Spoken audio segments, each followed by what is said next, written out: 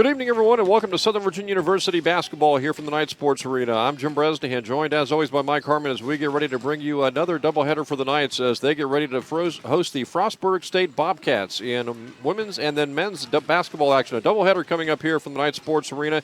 In game number one, it'll be the women's contest between Southern Virginia University and Frostburg State. SVU comes in, Mike, 3-11 on the season overall. They have won one Capital Conference game. Frostburg comes in just 1-12 on the season. They are 0-8 on the season, so we're looking at the two basement dwellers here today. Yeah, and this should be a tight game. The Frostburg's coming down. It's always hard to play after you travel. They're down to only 8 players, but the two best players are still out there on the floor with Ronjay James and Jasmine Walker. And this is a team, Frostburg, that has really struggled again. Just one win on the season, no wins in the Capital Conference. Southern Virginia, of course, a team that also has struggled both here at home and on the road. They've had some tough losses. They've had some tough losses, and we've seen several of them that could have gone either way. Unfortunately, went the other way for the Knights, but. Frostburg. Yeah, I don't know if you got a chance to watch the game on Saturday, the doubleheader at York. The women got off to a pretty good start in the opening minutes, and then things got out of hand. Yeah. And then, of course, the men had a tough ball game at York too. Yeah, and we've seen that happen before with the Lady Knights, and they're still struggling on trying to put together a full game. Frostburg, even though they're down in numbers and haven't won that many games, they really haven't been blown out of any games. They lost to Salisbury by only 8.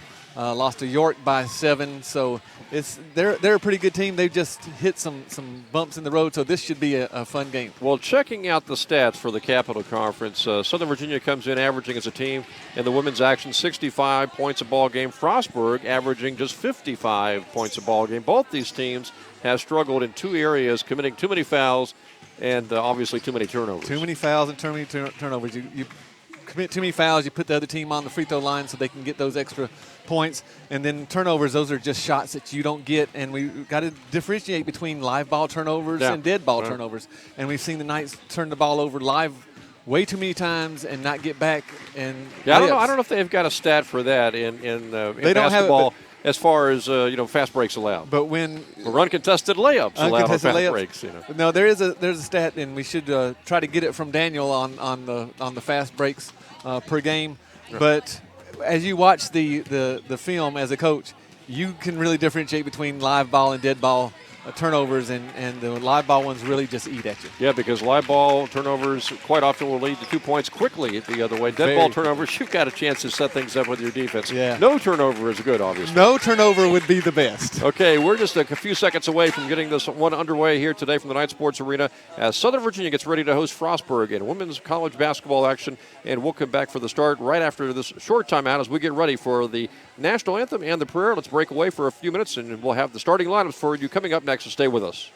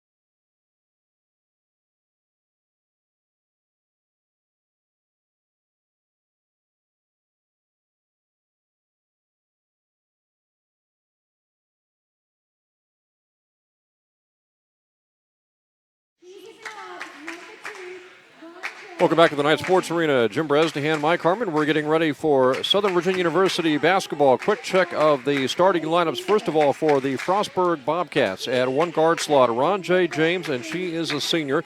She'll be joined at another guard slot by Cash Fields, a sophomore, and then up front, Jasmine Walker, a senior, Shaniqua Hall, a forward, a senior, a 5'11" senior, and Courtney Young, Mike, a 5'11" junior. But as you mentioned, there's not a whole lot of depth on this roster, so they really can't get into foul trouble, the Frostburg Bobcats. No, and I expect to see kind of a zone from them tonight on defense. Also, Ron J. James and Jasmine Walker, they're the 1-2 punch. James averages 18 points.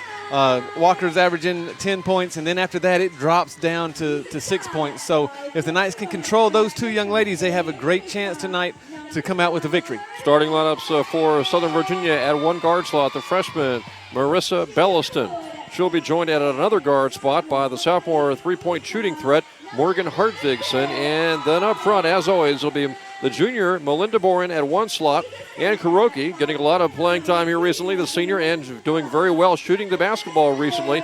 She is going to be starting tonight, and Crystal Cleveland, the 6'1" junior center.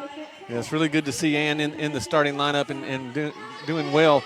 I know she took last year off, had struggled a little bit trying to get her timing back, but it looks like lately, the last 2 or 3 games, that she's really coming around. You know, Mike, checking out the stats, team stats, Southern Virginia comes in shooting-wise, hitting about 39.5%, 31.5% from three-point range, just 55% the foul line, but Frostburg is struggling even more. They're only 35% from the field, just 20% from three-point range, and they are only hitting about 57% as far as field goals are concerned.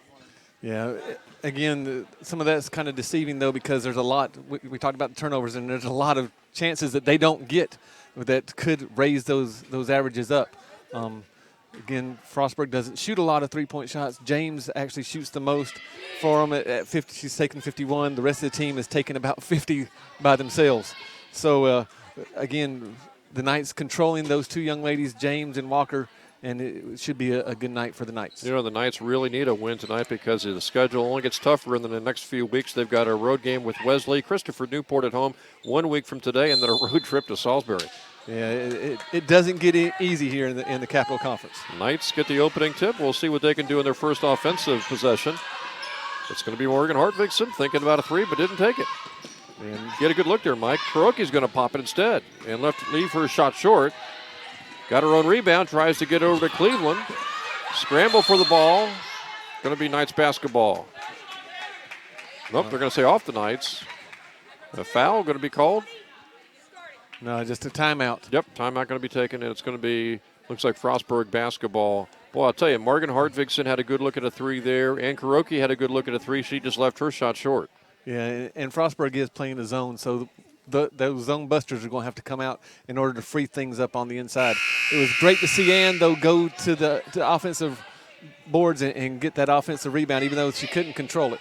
It's nice to see that aggressiveness going to the basket. What else might be some of the keys here today for the Lady Knights? The Knights trying to, again, get just their second Capital Conference victory of the season, in addition to maybe shooting the ball well, trying to keep people in the game, not too many fouls, and trying to reduce turnovers. That's the big thing.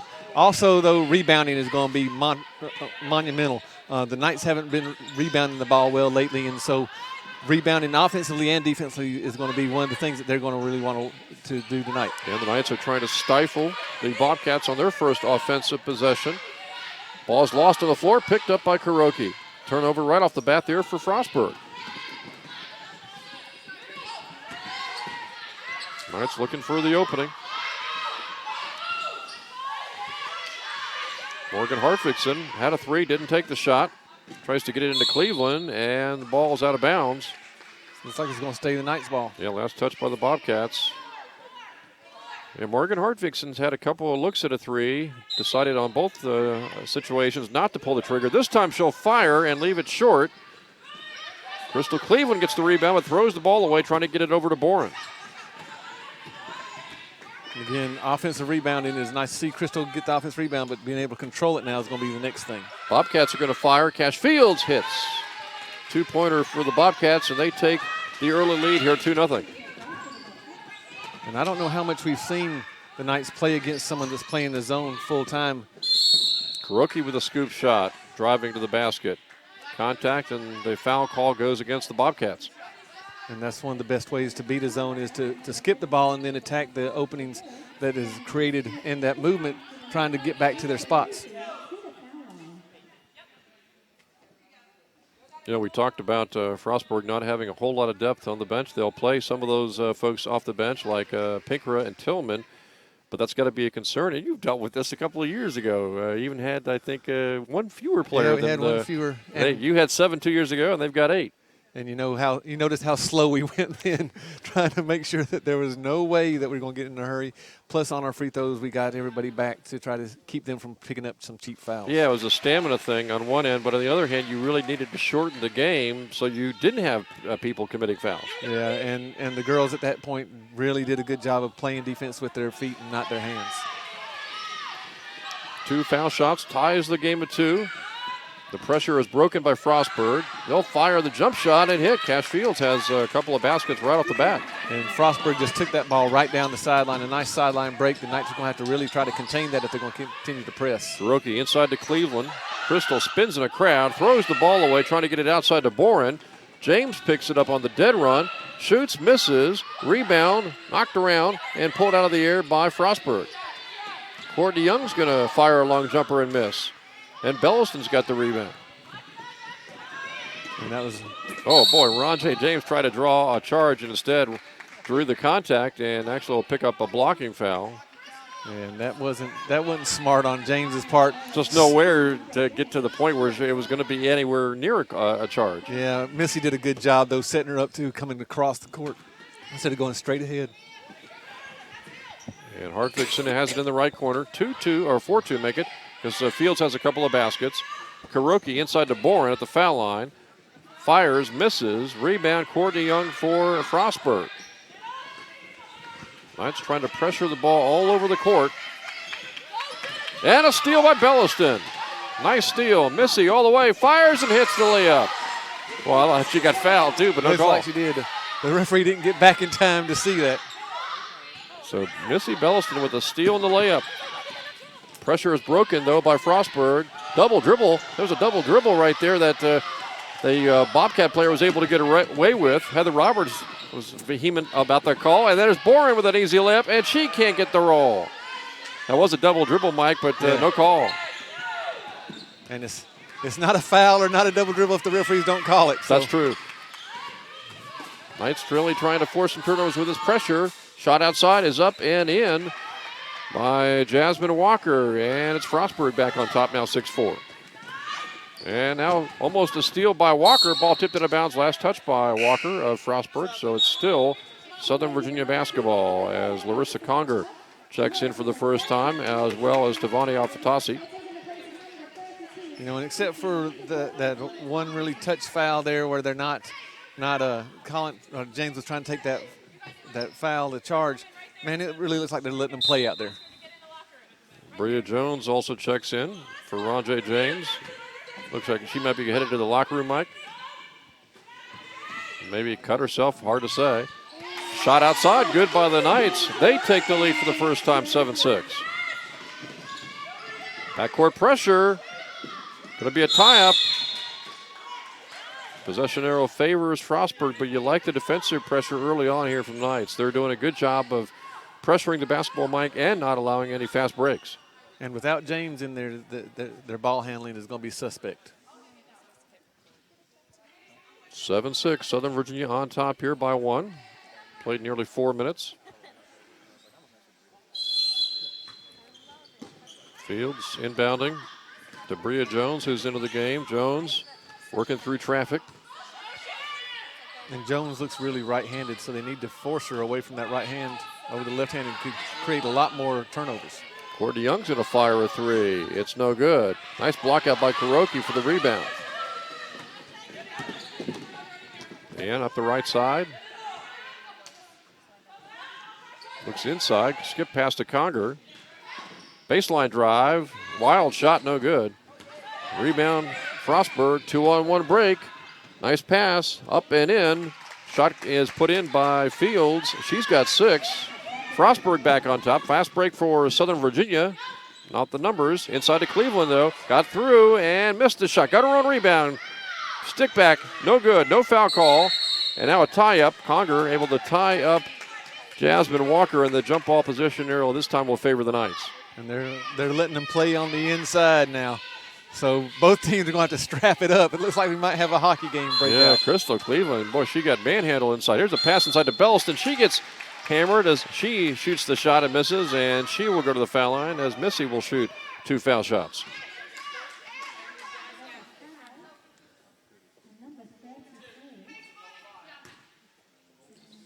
Trying to put the Knights back on top if she can hit them both.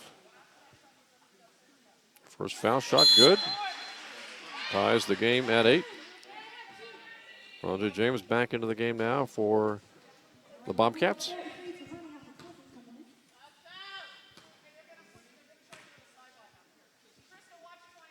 Belliston hits the second one and puts the Knights back on top here, 9-8. And that's what you like, is your point guard to be able to hit free throws. Conger trying to force some action here, force a turnover, but the Bobcats are able to get it across the timeline, and now Cleveland picks up a senseless foul out by midcourt. Well, and she has no business being that far away from the basket. She's a rim protector. I don't know what the rotations are that cause her to go up there, but she's a rim protector, and she won't pick up those senseless fouls if she gets back and protects the rim. And that is the first team foul on the Knights. Here's Fields firing a long jumper. She left her shot short. Ball knocked out of bounds. And it's going to be Knights basketball. 9-8, Southern Virginia on top.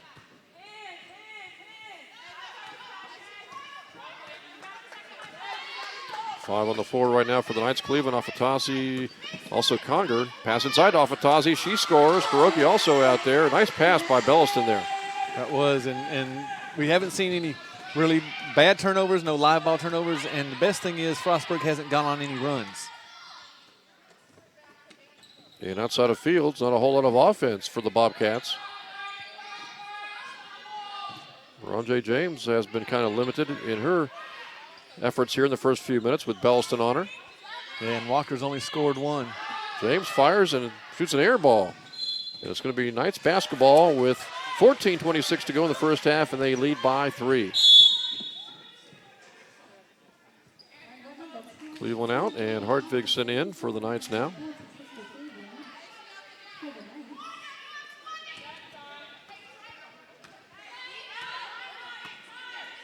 You like the way this game is progressing here, Mike, for the Knights who have a 3-point lead. This is the pace that they need to play at all the time. Afatazi with a walk. He's tried to do a little bit too much. If you just kept on drop stepping to the basket, she would have had an open shot. Turnover for the Knights, gives it right back to the Bobcats. Backcourt pressure as Fields gave up her dribble pretty quickly. Jones, though, very quickly gets it across the timeline into a 2-on-1 break. Nice pass, shot up and in. Put up and in by Shaniqua Hall. And that's something that the Knights are going to contest with all night long is the quickness that Frostburg does possess. Yeah, Bria Jones looks like maybe she's their quickest player as Kuroki off the glass can't get the roll. And the rebound of the Bobcats. Here comes James. She's pretty quick, too, up the right side, right by Belliston, who taps the ball away, taps it over to Hartvigsen. Ahead, the pass comes to Afatazi on the baseline. Her shot is no good. A little too strong. I think it got tipped. And out of bounds on the sideline steps Bria Jones, and the turnover gives it right back to the Knights. Oh, a foul he called. Yeah, they do call a foul. The second one on James. That was an interesting call there along the sidelines. That was. She must have thrown an elbow or cleared out with her arm. The Jawa Pinkra is into the game for Frostburg, her first appearance tonight. And this is great news for the Knight to get James out of the game this early.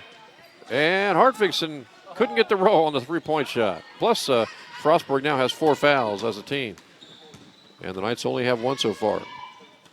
And if the Knights can keep on gaining those fouls and get to the free throw line in the next 3 or 4 minutes, they could substantially get their lead further and further away from Frostburg. Right now, it's just a 1-point lead. Knights' biggest lead so far, 3. Bria Jones had the ball knocked away by Belliston again. Good defense again by Belliston with the check from the backside. Conger tries to get it to Belliston. Does on the baseline. Her shot rims out. Another tough miss. Ball tipped out of bounds. And it's going to go to Frostburg. Both teams look to be a little bit out of sync right now, Jim. It's good for that timeout was called to try to refocus the Knights back to getting the ball from one side of the floor to the other and then look to get it inside. You know, the Knights have played good defense, forced some turnovers, but they're just having a tough time right now getting the ball in the basket. They are. Both teams are struggling, and neither one of them are really turning the ball over that much, although the last 2 times down the floor, there has been turnovers by Frostburg. The Knights are really controlling the pace, and they're controlling their turnovers, which is giving them these chances to put the ball in the basket. Hey, Mike, in the men's contest, Frostburg will bring in a team at 7-8 on the season against the Knights team. That's 2-12 and continues to struggle. I know we talked about it with all the guys missing, including Preston Eaton and Wes Evans, and it's been a struggle for Tony Caputo to find that right combination. We're talking about replacing guys who were not just obviously big in the statistical area, you know, as far as offense was concerned and defense, but just team leaders too. Yeah, and they held their composure and knew how to play the game from behind or from ahead, and that's where the Knights are really struggling, is learning how to play the game from behind or ahead. Pass comes inside to Courtney Young, almost bobbled it away. Fields has it, and I believe we've got a call against 3 seconds. Frostburg, 3-second call. We'll give it back over to the Knights. So Frostburg continues to struggle with turnovers, and yet the Bobcats are only down by 1 here. Yeah, these are opportunities that the Knights really have to take advantage of. Hartvigsen thought about a three-pointer from the right side, didn't take the shot. Belliston's going to fire and miss. Hartvigsen grabs the rebound. Throws the pass outside to Conger. And now back to Missy over to the right side. Hartvigsen inside to Boren, spin around, jump shot, no good. Another tough miss there as it bounced out. And Frostburg has the rebound. Fields upside the left side against Conger. Conger shuts her off. Belliston almost had the steal. But Bria Jones corrals the ball. Now Courtney Young over to Bria Jones. Long jumper, good. Three-pointer by Bria Jones. Frostburg on top, 13-11. And offensively on some of these reversals, I'd like to see a little bit of a shot fake and then a drive into the gaps to create some more movement. Hartvigsen's going to fire the three, and she hits. Big three-pointer there to put the Knights back on top, 14-13. And she had a great look that time. Backcourt pressure broken by Frostburg.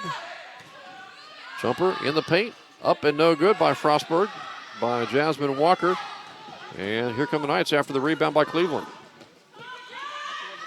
Belliston, nice pass around to Cleveland. High dribble, shot blocked out of bounds. Oh, and it looked like a lot of body on that. How about Crystal going right down the lane with that high dribble? That was, and she can do that. That one dribble move that she has, taking it from the free throw line to the basket, she can get there all the time.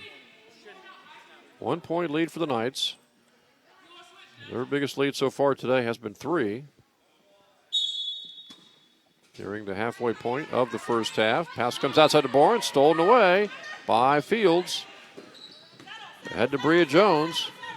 Doesn't have the numbers, so she'll slow it up. And that looked like that pass was really supposed to be going toward Missy Belliston, but Melinda didn't know that she was behind her and just went up, and Joan came down and had it taken away right away from her. Pinkra misses the three, and Jones can't save it from going out of bounds, so it's Knights basketball. And Frostburg is really struggling without James in there, and this is where the Knights really need to start to pull away. Still just 14 fouls for the Bobcats, only 1 team foul for the Knights. Pass inside to Cleveland. She spins, shoots, can't get the shot to go. Rebound comes off and tied up. Jump ball possession arrow this time going to favor the Bobcats. Knights just aren't able to hit, and neither team obviously with a very good field goal percentage here in the first 10 minutes of this first half. But again, we haven't seen the Bobcats go on any runs. No live ball turnovers for the Knights, which is keeping them in this 1 point lead. Bria Jones gets it across the timeline. Gets it over to Walker. Swarming defense by the Knights, trying to force a turnover with a 1-point lead. You know, and as long as Frostburg stays within 1, 2, 3 points, they can afford to keep James on the floor, on the bench. Blocked by Cleveland. Over to Gamby. Free for a layup. Lays it up and hits. As the shot clock was winding down, Mike, it was Cleveland with the block and Gamby with the layup, and it's a 3-point lead now for the Knights. And Crystal did the right thing by going straight up. Now they're going to call a foul here. Cash Fields driving the basket. Block with the ball, but the referees are going to say she got bumped from behind. That's going to be the second team foul of the Knights. And that call went against Ann Kuroki. Inbounds pass to Jones. Over to Fields. Fields has 6, I believe, in this first half so far. Frostburg's top offensive threat. Now Young with it. And Jones on Belliston, right side. Over to Young. She'll fire a long 3. Short. Rebound Gamby. Here come the Knights with a 3-point lead, trying to add to it. Belliston ahead to Gamby. She goes baseline. Over to Cleveland. Cleveland spins. Wrapped up, and travel is the call on Crystal. And that's a tough shot that Courtney Young's trying to take. A 3-point shot with Crystal Cleveland right in your face. That's some unnatural art that you have to put on it. And Crystal right now is kind of struggling with her offensive game. She's getting the ball in pretty good position. It looks like Mike in the paint, and with these spin moves, she's just not able to hit her shots or get her shot off at times. Yeah, I think we've seen these things happen in the paint with Afatasi and now with Crystal. It looks like they're trying to do way too much. Keep it simple, just a simple drop step or a simple step to the middle for a little hook shot instead of trying to put 2 moves together. And I think they should be able to score really easily because they're finding the gaps in the zone. Of course, now if that was Melinda Boren, she was just turning around a pop. Yeah, again, sometimes a player's worst enemy is themselves. They start thinking too much and try to read too much into it. Crystal's at her best when she makes one strong move and goes straight up. And the stats here so far with 9:08 to go till halftime. 5 of 19 from the floor, Mike, for Southern Virginia. Just 26%. 6 of 17 for Frostburg. 35%. The Knights with a 15-10 rebound edge. They've had 6 turnovers. Frostburg so far only with 4 turnovers. And the big key, again, is you have Ronjay James 0 for 2, and she's sitting on the bench. Probably for the rest of this half, unless it starts to get away from them. I would expect the Knights to really start to put the pressure on defensively on the ball handlers and offensively trying to make sure that they get a lead that's going to be insurmountable. And right now the Knights are struggling to get some points inside Melinda Boren and Crystal Cleveland so far in this first half. 0 for 6 combined. Knights pressure broken by Frostburg, and on the move to the basket, it's Walker running over Kuroki. Kuroki picks up the charge call. Frostburg coach doesn't like that call, but another team foul goes against the Bobcats. And that's the second foul on Jasmine Walker. So both of their top players are in foul trouble with 2 right now. Can't be open outside, gets it over to Kuroki. Open for a 3, fires, misses. Big miss there. Knights had a good look at a 3 from the right corner, couldn't hit it. Ball knocked out of bounds. It's Frostburg basketball. And we see Walker leaving, so now both their top players, Walker and James, are out of the game. The Knights really need to take their time on offense to explore all options and start to build a lead that can be insurmountable. And you wonder, Mike, how long those 2 players for Frostburg will be out of the contest, as the Bobcats had a great 2-on-1 going, but Shaniqua Hall couldn't handle the pass down low. It would have been an easy layup, it looked like, Mike, but because of the mishandle, it's a turnover instead.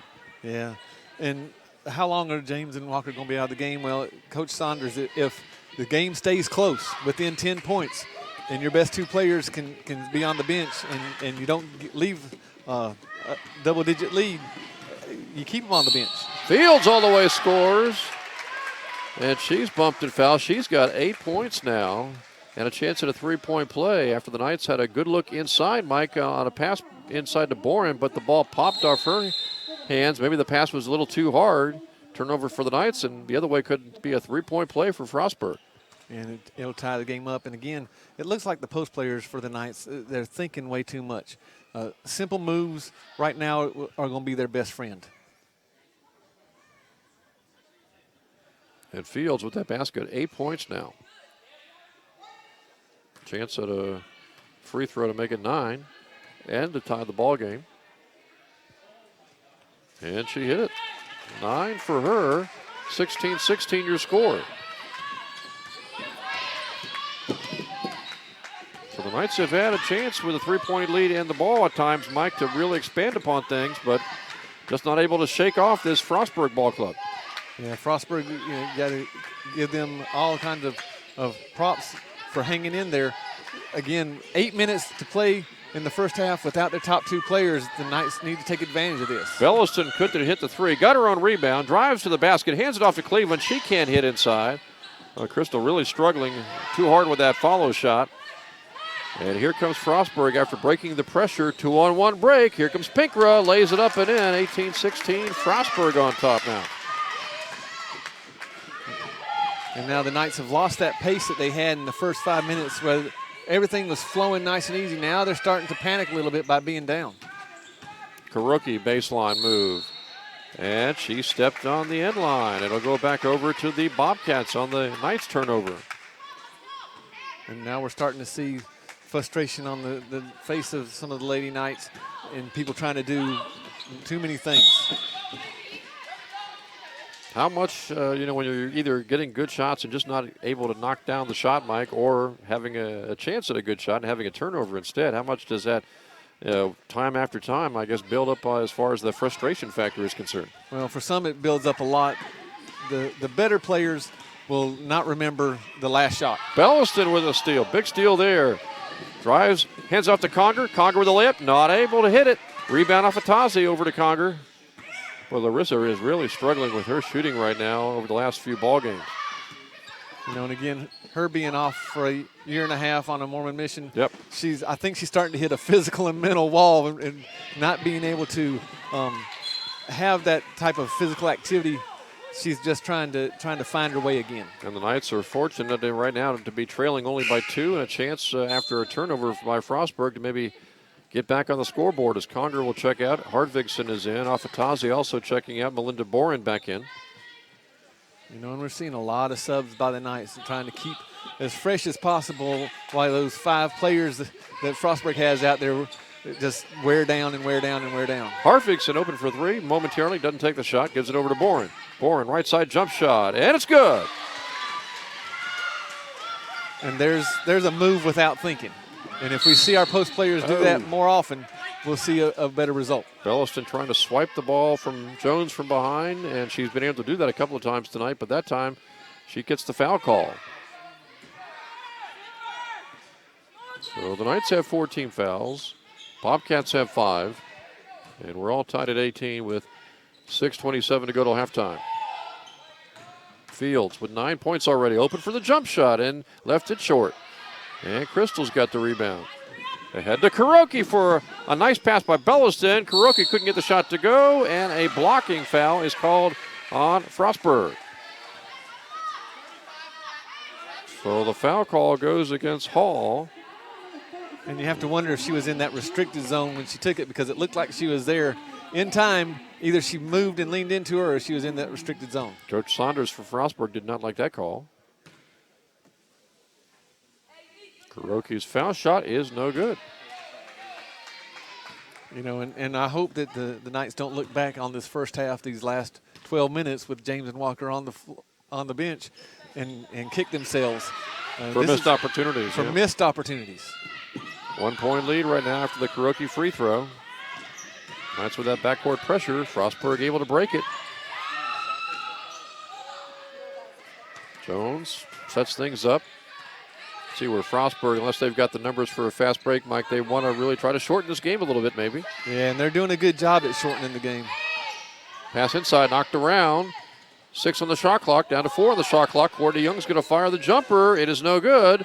Boren's got the rebound momentarily, but Jones steals the ball and lays it up and in. And it's Frostburg back on top now, 20-18.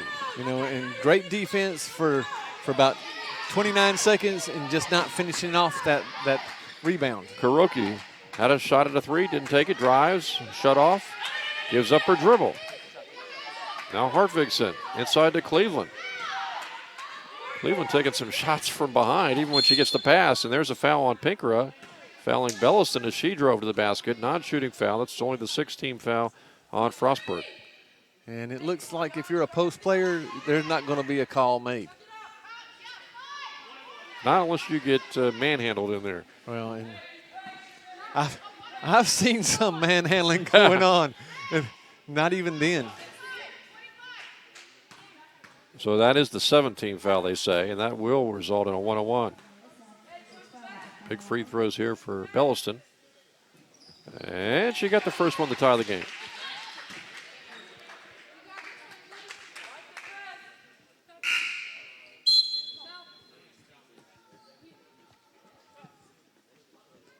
One more shot coming for Missy Belliston, trying to put the Knights back on top.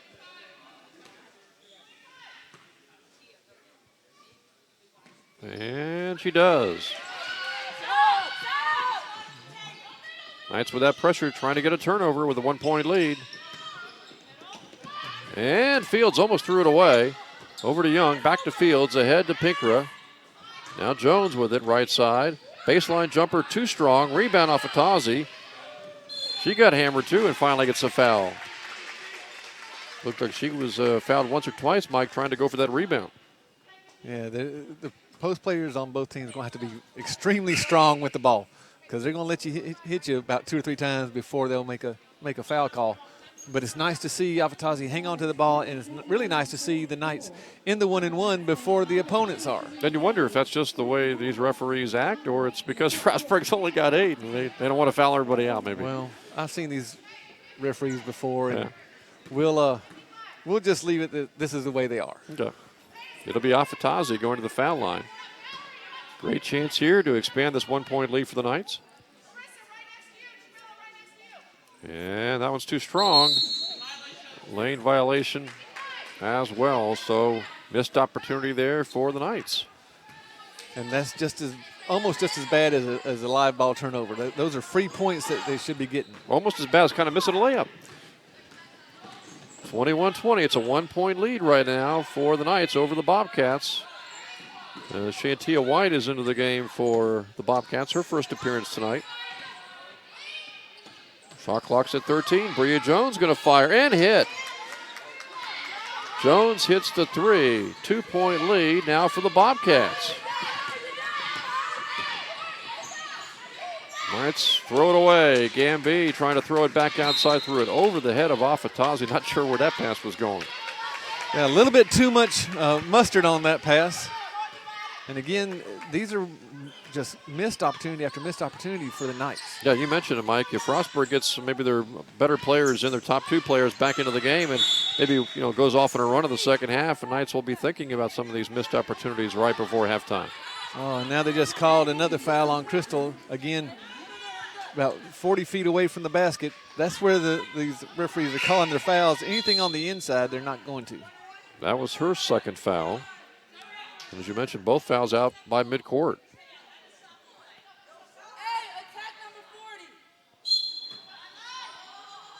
Shantia White inbounding to Jones. 1-point lead for the Bobcats. Near steal, it is stolen away by the Knights. Camby's got it. She tries to go coast to coast, drops it off to Valerie Arkansas. Nice pass to Afatazi, and she lost the ball on a drive to the basket. It's like Tavani just a little indecisive there about what she wanted to do inside. And if we saw when she caught it, she was wide open. Just go straight up for a little 8-foot jump shot, and you have a free easy shot. Turnover gives it back over to Frostburg, who's got a 1-point lead. Nice pass to Jones. Great block by the Knights to save 2 points. Jones went up a little bit too casual, thinking that no one was there, and out of nowhere comes Ann Kuroki. Shot clock's down to 20 for the Bobcats. Pass inside to Courtney Young. Young with a spin move. Her shot is kind of wild, but she was able to get her own shot on a follow and had it blocked out of bounds by the Knights. Man, there's some physical play going on the inside. No doubt about that. I thought the Super Bowl was 2 weeks away. But the good news is it's consistently not being called on both teams. Exactly. So. Here's a jump shot by Young, good. And now Frostburg's got a 3-point lead. The referees are being very consistent in what they're calling, what they're not calling. Both teams just have to make those adjustments. So Frostburg now with a 3-point lead as Belliston checks back in for Arkansas. And the Knights right now, Mike, are just trying to figure out where they're going to get their offense consistently tonight from. Again, a lot of indecision and a lot of trying to do a little bit too much when the simple things are just there for them. 3:32 to go till halftime. Belliston on the floor right now along with Gamby, Conger, Kuroki, and Afatazi. Belliston goes to Gamby, back to Missy. Right side to Conger. She's going to fire, and it doesn't go down. Kuroki right there for the rebound, puts it back up and in. Great positioning by Kuroki for the rebound, and then a great decision to go back over to the right side for the stick back. And almost a steal by the Knights, but the ball's picked out of the air by Pinkara. And the ball finally is knocked away on the floor, loose ball. And we're going to have a foul call, I believe, on Kuroki. A lot of scrambling for the ball, Mike, and they nail Kuroki with the foul. That's her second. And that was just unfortunate. Both players were going for the ball. Hand was to the ball first. The other Frostburg player tripped over, and they got Ann for the foul. Jones had a nice pass down low to Pinker, but I guess she wasn't expecting it. Out her hands out of bounds. Turnover for Frostburg, and the Knights have a chance here to retake the lead with a basket. Ahead to Gamby on the baseline. Over to Afatazi. Scoop shot no good. She's fouled, and Tavani will go to the foul line. This is where you really need to hit these foul shots. Yeah, and I think it's really important for the Knights to go in at halftime with the lead, knowing that the best two players on the opposing team has been on the bench. It would be great for their psyche, and I think it kind of might be detrimental if they don't go in with the lead.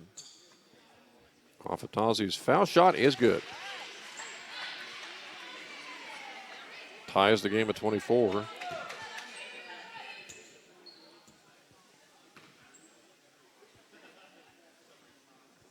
Second shot good again, so it looked pretty good on those foul shots, and the Knights now have a 1-point lead. Fields has 9 points, bumped by Gamby.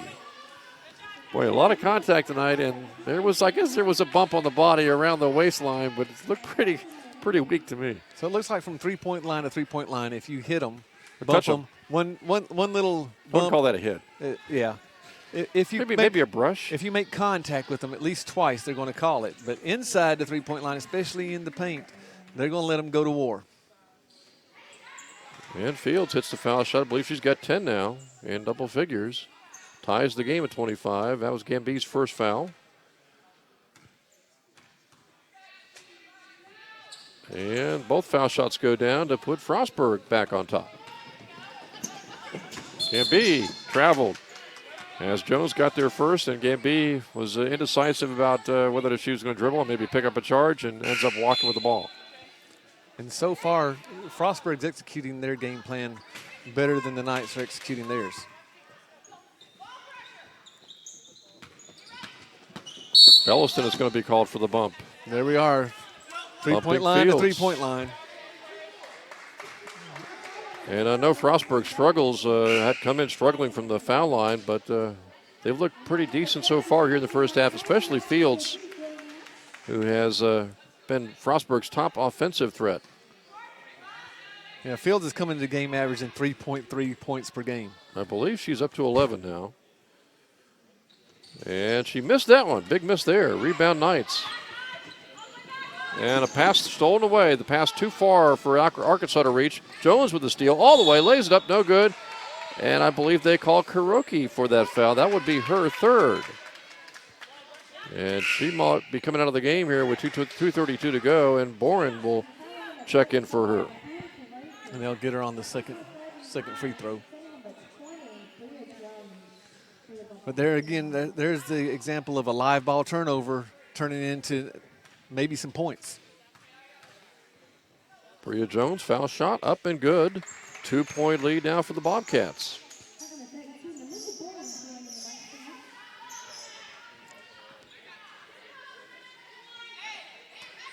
The Knights have really not tried to establish, Mike, the outside shot. They've really been trying to go inside. They've had some good looks inside. They just have not, for the most part, been able to throw down the jumper as the Bobcats miss the foul shot, get their own rebound, and have 24 seconds now to look for a good shot.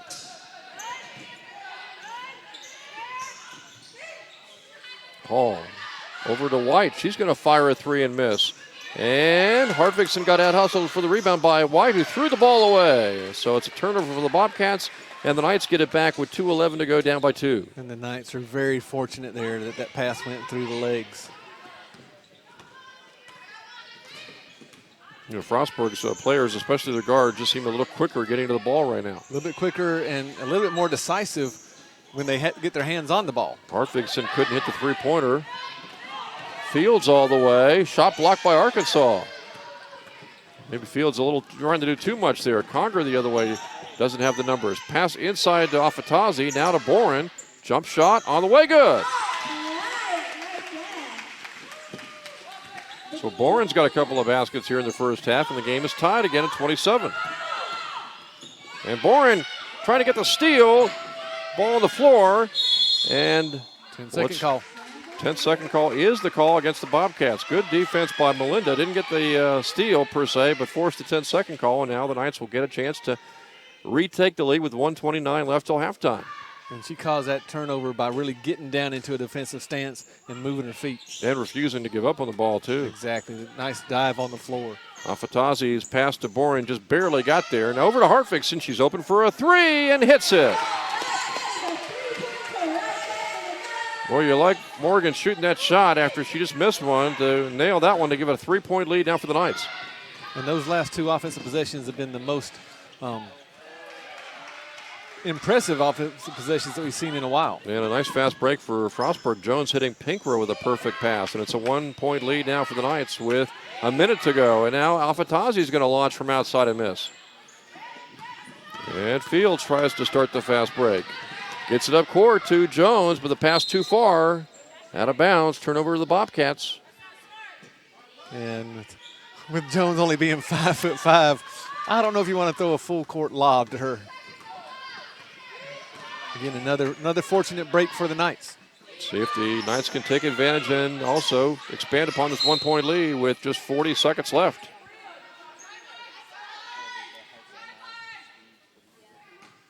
Again, we'd like to see the Knights reverse the ball and then look to attack. Be very decisive about their attack. Arkansas inbounds it. Gets it back with 37 seconds to go in the half. Shot clock's at 14. Hartvigsen, long three. Hits! Morgan Hartvigsen back-to-back three-pointers, giving the Knights their biggest lead of the first half, 4 points. Backcourt pressure. Hall was wide open. Afatazi will foul. I guess if she doesn't foul, Mike, Pinker's got a chance to throw that ball up court to Shaniqua Hall, who was all by herself. Yeah, it would have been layup city, so now she has to earn them from the free throw line.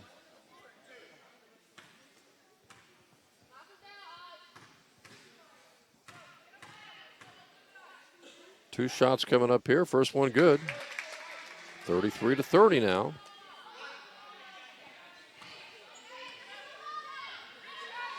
The Knights trying to get their 4th win of the year, 2nd in the Capital Conference. Pinkra's second shot is short. And Melinda Boren is going to be called, I believe, for a lane violation, giving Pinkra another attempt from the foul line. We've had a few lane violations also called here in this first half. Yeah, more than we've seen all year long. Pinkra's shot on the way and good. So there's a 1-point difference for you. 33-31. Arkansas's got it. 20 seconds to go. Knights can play for the last shot of the half. And we really like to see the Knights take the last shot of the half. Hartvigsen left side, nothing there. Over to Arkansas. Back to the right to Conger. Conger gets it over to Boren. Down to 6 seconds. They're going to have to fire here. Arkansas tried to throw it away. They're going to have to shoot the ball, and no shot gets off.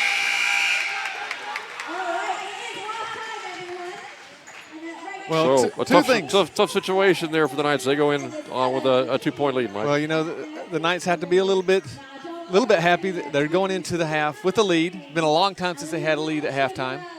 But they have to be a little disappointed, too, that they didn't extend that lead with James and Walker out of the ball game. And now you wonder for the second half, James and Walker, will they get a lot of playing time? Will it make a difference for Frostburg? Can the Knights kind of turn things around, reduce the turnovers, and start hitting some of those inside shots?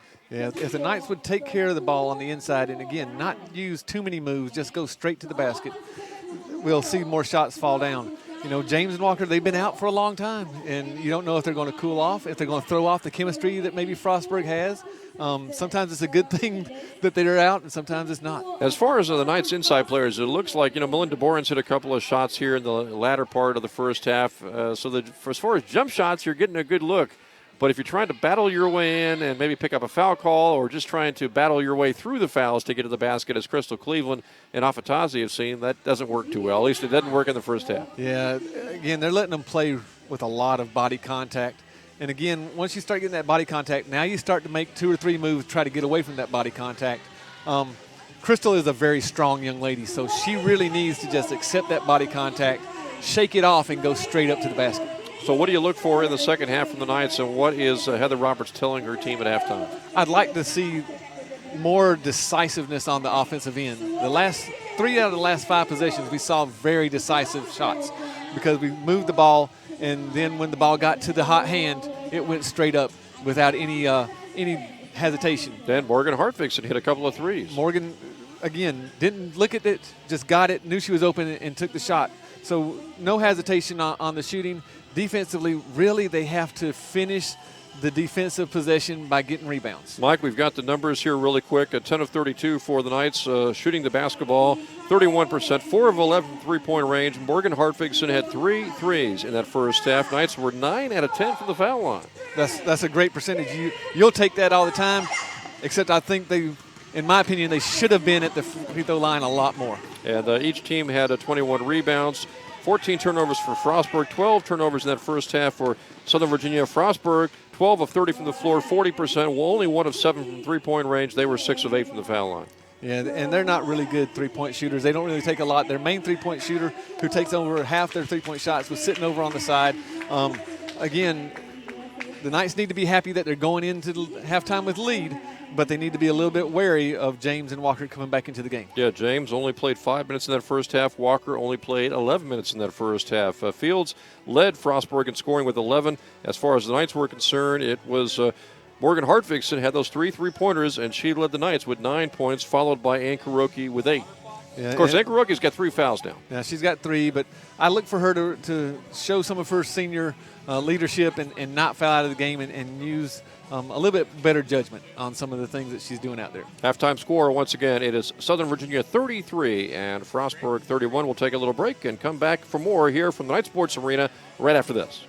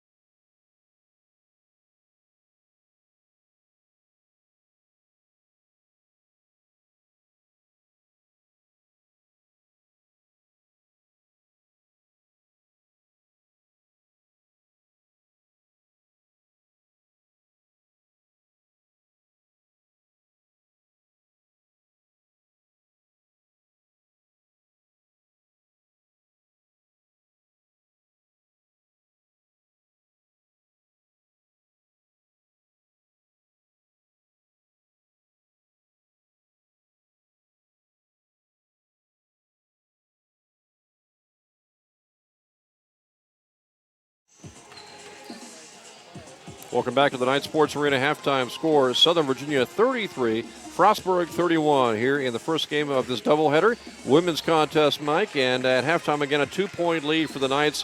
Could be much more for the Knights, but it is what it is, a 2-point lead right now, and now Heather Roberts and the Knights have to find a way to hang on to this lead in the second half. Yeah, and a lead at halftime is something the Knights haven't had in a long time. Let's see if they can play with a lead in the second half, and again, maybe expand this lead as we go along, understanding that it comes gradually and not just with one shot. And again, you look at the next 3 ball games. Wesley comes up after this on the road, and then you've got back-to-back games, a home game against Christopher Newport, a road contest at Salisbury. So it would be key for the Knights to pick up a win here and maybe go to Wesley with a little momentum and try to win there too. Yeah, this is the game that you want to only focus on right now, especially it being a home game. You don't want to think about that trip to Wesley. That's a horrible trip. Again, you get down to one road. I'm not sure if Wesley is the only one who does this, but I noticed the men play first and the women are in the second game of the doubleheader. Yeah, they flip-flop a little bit all the time and trying to give equal billing to both teams.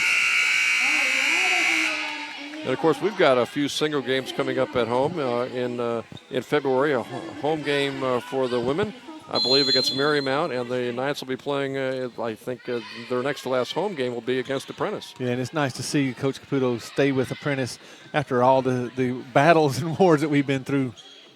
Hartfigson with a three-pointer, and it rims out. That would have been a big make for the Knights to start the second half. Instead, Bria Jones gets a layup the other way. Bria just breaking out from the pack, Mike, to tie the ball game. Yeah, she wants to be the leading scorer tonight, so and doing a great job. So the game is tied at 33. Bourne's going to fire the foul line jumper, left it short. Rebound comes away to Ron J. James. Ahead, now Jones with it. Jones uncontested layup. And the press that the Knights have, I just philosophically don't agree with it. I wish they wouldn't use it that much. It just leads to open layups. Cleveland the other way, hammered, and this time she is going to go to the foul line. The foul is called inside on the Bobcats for the Frostburg Bobcats picking up that foul. The first team foul goes against them here. And that's what I like to see Crystal do, is that very decisive move, drop step toward the basket, gets her to the free throw line, and where she's really been shooting her free throws well lately.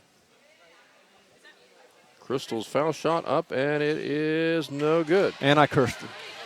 My only complaint there would be is she just hadn't made enough appearances, at least here at home, as far as foul line appearances.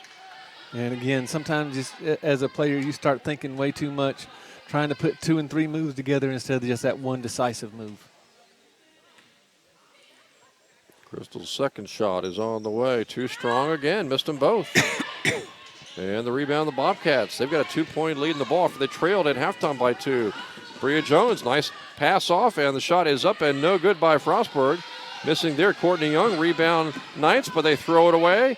Bria Jones with the steal as Kuroki tried to get the Belliston and threw it away instead. Jones, nice move, and now she's called for a travel. A little too much action by Bria Jones. She almost got the steal and the 2-pointer. And got the ball stuck up on the rim, too. And not even I could go grab that one. Well, there's some girls out there that probably do it. They just don't want to show off. That's right. So here the Knights trail by 2. We played a little over a minute, and they've yet to score here in the second half. Led 33-31 at halftime, now down by 35-33. And it seems like the Knights just struggle to find a rhythm. Belliston's pass almost stolen away. It is stolen away by Bria Jones. Speed got her to that ball. She can't score on the left. Good defense by Crystal Cleveland. No foul called. Knights get the rebound, and here come the Knights back the other way. Kuroki over to Belliston. Nice pass inside to Boren, and she puts it up and in. There's a big change right there, Mike. 4-point shift. Frostburg missing the layup after the steal. Knights score on the other end. Yeah, nice decisive passing and move to the basket. Andre James off to Fields. Long jumper, no good. Bria Jones with the rebound, and she puts it right back up and in. And Jones is single-handedly keeping Frostburg in this game. And she didn't hesitate when faced with Crystal Cleveland in that 10-foot jumper. And a steal by Bria Jones as the cross-court pass by Belliston is picked up by Jones, who's fouled by Boren. Bria Jones just doing everything right now for the Bobcats. Yeah, and she's looking a little gassed right now. And we were worried about Walker and James coming into the game, and it looks like Jones is the one that we really have to worry about. And I didn't even see Jones in the box score in Frostburg's most recent contest on Saturday. Didn't play apparently, but she's playing tonight as the Knights make wholesale substitutions. Gamby, Afatazi, Conger into the game. They'll join Cleveland and Belliston. Knights down by 2. And one way Missy Belliston can cut out some of these turnovers is to not pass the ball while she's in the air. Keep those feet on the ground, young lady, to make the pass. Belliston's pass off the head of Afatazi, who just happens to grab it. Now Cleveland back over to Belliston. Inside of Cleveland, couldn't handle the pass. Off her hands, out of bounds. Another turnover for the Knights. And that's a really tough pass tried to make from that top out to the corner without it getting touched. We'd like to see it go to the corner and then in for the post player. And Mike, the Knights take a timeout. We played 2.5 minutes here in the second half, and the Knights only have 2 points. And again, it just seems like they're very out of rhythm on the offensive end, which is causing a lot of commotion defensively for them. Also, live ball turnovers have been an issue this half that wasn't an issue in the first half. And Frostburg getting a little scary now because they've got their 2 top players back on the court, and Bria Jones has just been really the difference maker here so far in the second half. Yeah, you game plan for the better players. You don't game plan for Jones, and she is taking advantage of that tonight. Well, at 5'5", what has really been for her is her aggressiveness and her speed. She's just been out hustling, if you could say, or just out racing the Knights to the basketball. And we talked earlier about the biggest thing that the Knights are going to have to contend with Frostburg would be that speed that Frostburg has. James across the line to Pinkin as they break the pressure over to the left side. Layup shot up, no good by Walker. Missed it. Rebound, Walker. Young with the rebound. Her putback is good, and now Frostburg has a 4-point lead. And there was Walker creating offense for her teammates. DMB left corner. Now Belliston inside to Cleveland. She got free, Nice puts it move. up and in. Again, very decisive drop step. If Crystal does that with decisiveness, there's not a lot of people that can stop her. And Afatazi almost got the steal. The ball tied up. And the jump ball possession arrow will favor Frostburg, but good defense by Afatazi and Gamby. 2-point lead right now for the Bobcats, 39-37. With it right now, outside is Fields. Guarded by Gamby. And Gamby knocks the ball out of bounds. Last touch by Gamby, but good defense to avoid the foul, Mike, and to swat the ball out of bounds. Well, that's the biggest thing was avoid the foul because she jumped out of position earlier on and got back into play without fouling. 14 on the shot clock. Pass way outside to Ron J. James. Got by Belliston. Leaner up and in. And that's not what you want to see. That's the first points for James. And if she gets hot, then she can help Jones and carry the team. 41-37. Frostburg again with a 4-point lead. Let's see if the Knights can respond. Gamby, cross-court pass to Conger. Nothing there on the baseline. Now Conger's going to fire a 3 and hits a big 3-pointer by Larissa Conger to keep her team close. Only down by 1 now, 41-40. And Mike, Larissa has struggled this season. There's a steal by Afatazi. Off to Belliston, foul line jumper, no good. Cleveland with the rebound. Her stick back is up and no good, and she's fouled, and she'll go to the foul line. And how about Larissa Conger hitting that 3? Hey, she doesn't lack for confidence, and she had to take that shot. She was wide open. She knew if she passed it up, it might not lead to a better shot, so go ahead and take it. And then Crystal, again, running in for the offensive rebound, going back up strong, creating the contact with her arms, getting to the free throw line. That's what we like to see Crystal do. Crystal will go to the foul line, and she will shoot 2. Third team foul on Frostburg. And the foul shot is up and no good. Crystal struggling here from the foul line. I believe she's missed her last 3 attempts. Pinkra picked up that foul. That was her 3rd. She's out of the game. Bria Jones back in. Well, Crystal's fixing one thing at a time. She got a few points now in the paint. Next thing she'll concentrate on is the free throws. Second shot, good. Ties the game at 41. Bria Jones over to Ronjay James. Baseline jumper, no good. And there's Walker with the rebound. Her stick back is swatted out of the air and pulled out by Belliston. They've got a break going on, and Gamby can't run down the pass by Belliston out of bounds. Belliston's pass for Gamby just over her head on the sidelines. Turnover for the Knights. Yeah, and those are the things, Missy usually doesn't try to make those passes. I don't know what's going on with her tonight, trying to force passes instead of just letting them happen. Bria Jones the other way. Over to Walker. Jump shot in the lane. Good. Good pass by Jones. Walker hits the jumper, and Frostburg is back on top. 43-41 Bobcats. Knights trying to respond. Afatazi, great pass to Cleveland. She can't hit inside. Oh, a great look by Afatazi, Mike, but Crystal just could not make the shot after the pass was received. And the other way, Fields scores. 4-point lead for the Bobcats. Well, Crystal got caught a little bit too far up underneath the basket that time. Good deep post, but you have to know where you're at. Belliston with a three. Hits! Every time you think the Bobcats are starting to pull away, the Knights get a big basket. Conger hit a three now. Belliston hit a three, and now a foul on Conger. Non-shooting foul, second team foul on the Knights, who again trailed by just one. And the 3-point shots are really starting to add up for the Knights.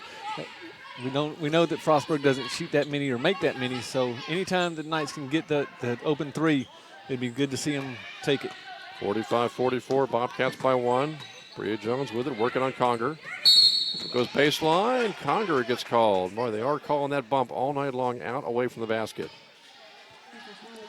Every referee crew has their pit calls, and it looks like we've seen the pit calls be that bump in between three-point line and three-point line. Occasional lane violation. Lane violation I was going to bring up. 45-44, 1-point lead right now. Ronjay James, bumped by Belliston, they call it. And now the fouls are adding up fast for the Knights. And I guess it's contact, Mike. I'm sure Heather Roberts thinking, man, these are cheap fouls. And as you mentioned, it all adds up in the end on the scoreboard as far as the number of fouls are concerned. Jones with a three, left it short. Conger got the rebound. Knights on the break. Belliston goes coast to coast, shoots off the glass too hard. Rebound off of Tazi, back outside to Belliston. Belliston skip pass over to Gamby. She goes baseline over to Afatazi, back to Gamby. Now Belliston goes over to Conger, will launch the three and hits. Conger hits a three.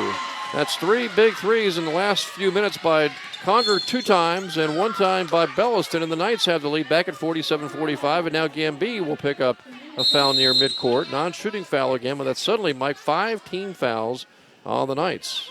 And Heather Roberts, I guess, is asking about where all these fouls coming from.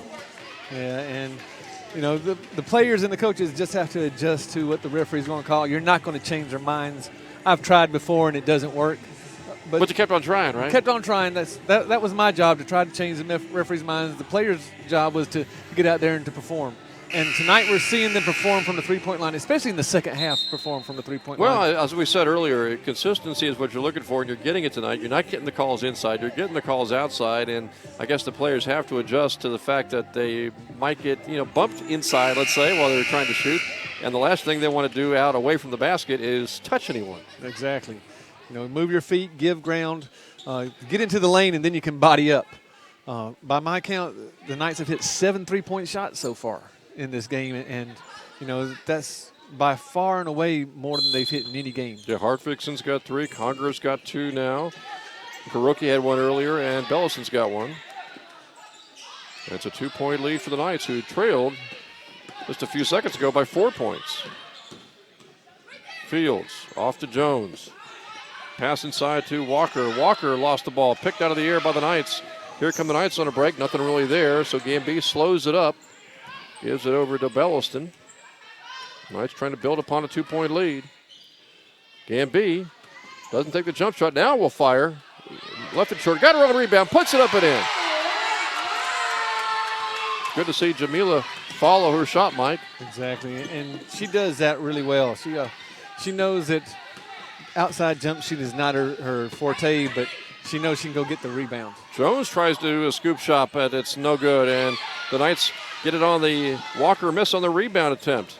And again, the Knights have a chance to expand this lead. Belliston gets it over to Conger, almost lost it from behind. Belliston pass inside to Cleveland. Crystal lost the ball on the floor. Picked up, and it's retrieved by Frostburg. Bria Jones has it off to Ronjay James. She works on Gamby one-on-one, goes right around her, and scores. You'd like to see the Knights slow it down a little bit, not try to score off the first two passes. When they've hit those big threes, it's been on a couple of ball reversals. Cleveland got bumped from behind, and they'll finally call that one. And that should be on James. Yeah, she got bumped from both front and back, but they call it on the one in front, Ronjay James, which is her third foul. And Gamby on the other end had a one-on-one effort to try to stop James, and James just put a move on her, Mike, and went right back to the basket, and Gamby figured, there's a chance there. You can go ahead and foul her to stop her from getting the layup, but that wasn't done. Well, with the lead, giving up that foul is probably not the best thing to do. Hartfixson inbounding to Belliston. 2-point ball game. Belliston and Gamby on the corner. Over to Cleveland.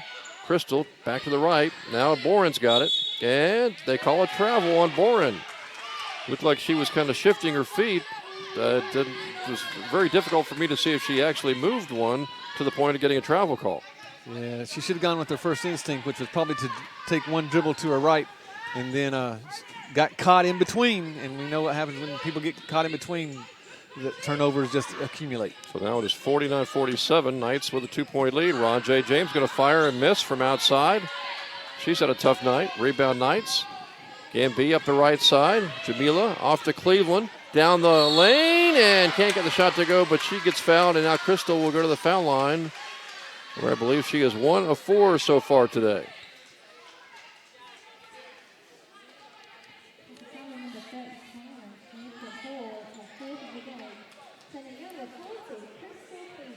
Crystal came in, Mike, hitting 45% from the foul line for the season. And she could not get the first one to go. So she is now, I believe, 1 out of 5 from the foul line tonight. And in a close game, you don't want to lose or lead points at the foul line. Exactly. And it'd be nice to see Crystal just go straight up and straight down on her free throw shot instead of leaning in. The shot is no good, too strong. And the Knights grab the rebound. So Crystal now 1 out of 5, or 1 out of 6 actually, but the Knights grab the rebound after the 2 missed foul shots. Kuroki, left corner.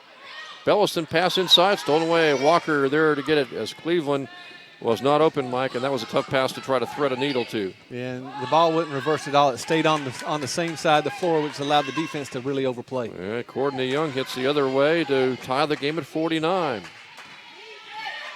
Frostburg's had a 4-point lead. Knights have had the lead too, but now Frostburg's on a run after the steal. It is Bria Jones with a complete spin move, missing the shot. Rebound, Crystal Cleveland. Knights dodging a bullet there after the turnover. It looks like Bria Jones is coming back down to earth after that fantastic game and a half that she's played. Cleveland down low. Boren. See what the call is here. Basket is good, they say, and they call it a technical foul, I believe. We'll try to listen in to see what the referee said that she did. They called on Bria Jones? No, it called it on a 40. Oh, Courtney Young. Courtney Young, and there's a few curse words that you can't say, and apparently she let one of them slip. And Hartfixson gets the technical foul shot to go. And misses the second one. So 1 out of 2, and the lead right now is 3 for the Knights.